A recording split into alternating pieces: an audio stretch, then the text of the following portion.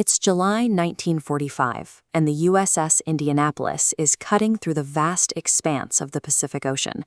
A 9,800-ton heavy cruiser, she has just completed a top-secret mission to deliver parts for the first atomic bomb, and now carries nearly 1,200 men toward the next phase of the war. The war in the Pacific is entering its final, most intense stage. But aboard the Indianapolis, the mood is one of quiet confidence. Surrounded by thick steel plating and heavy batteries, the sailors feel insulated from the conflict as they maintain their course through the deep water. But beneath the waves, a Japanese submarine is silently tracking them. The crew of the Indianapolis remains unaware that they have been targeted for a surface-to-ship torpedo strike. At 12:14 a.m., 2 torpedoes slam into the starboard side. The impact is concussive, igniting the ship's fuel and ammunition magazines, resulting in a series of violent internal explosions. The massive vessel loses power and begins to list almost immediately. As the interior compartments flood, the once formidable cruiser becomes a rapidly sinking tomb, breaking apart before the majority of the crew can reach lifeboats. The catastrophe unfolds with terrifying speed. It takes exactly 12 minutes for the colossal vessel to be completely swallowed by the Pacific. As the chaotic roar of the sinking ship fades, about 900 men break the surface. They emerge into the pitch-black night, choking on thick, toxic fuel oil that now coats the water. Clinging to life rafts and scattered debris, the survivors reassure each other. They are the crew of a flagship cruiser. Surely a rescue operation is already being mobilized. The reality is entirely different. Because the ship was returning from a classified delivery, and due to severe communication failures in the chain of command, no one in the U.S. military even knows the ship is missing. These 900 men are entirely cut off from the rest of the world. They have been stripped of the protection of their armored warships and dropped directly into the middle of an ancient and unforgiving marine food chain. The physical torture begins with the elements. Over the first 2 days, the blistering equatorial sun beats down, severely burning the sailors' oil-soaked skin. Then the sun sets, and the environment turns hostile in the opposite direction. The ocean draws heat away from their bodies rapidly, causing violent shivering and pushing many toward lethal hypothermia in the darkness. By day 3, extreme dehydration takes hold.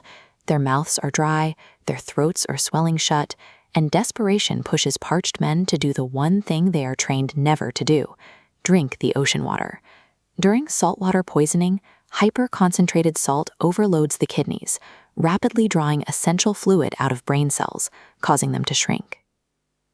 This cellular destruction manifests as severe delirium. Sailors experience vivid hallucinations, convinced they see imaginary islands or the Indianapolis resting below the surface. Panic ripples through the groups.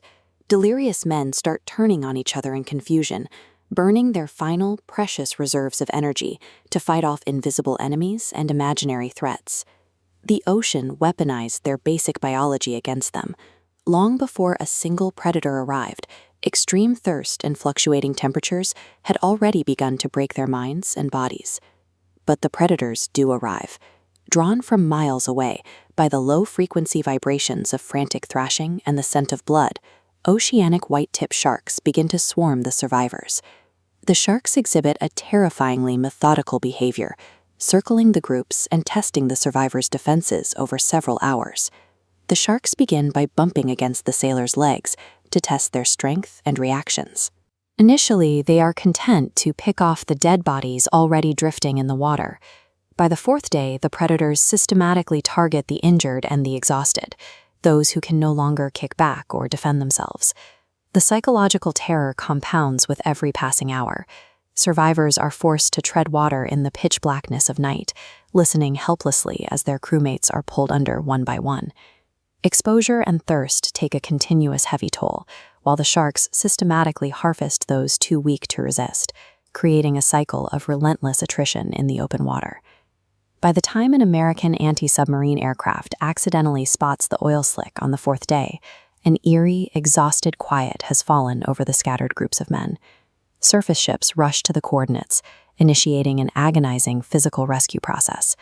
The traumatized, near-dead sailors are finally pulled from the bloodied waters. This visual lays out the brutal attrition of the disaster. The ship set sail with nearly 1,200 men. About 900 of them survived the initial sinking, but by the end of the fourth day, that number plummets to just 316 men left alive.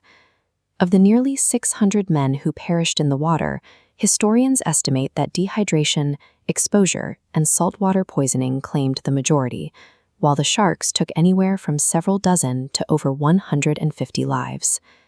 The survivors recover in the medical bays of the rescue ships, their bodies bandaged and cleansed of oil, but they carry a physical and psychological trauma that defies comprehension. The sinking of the USS Indianapolis is a haunting reminder of how fragile our control over nature really is. In just 12 minutes, the power provided by naval machinery was stripped away, leaving the crew entirely at the mercy of the ocean.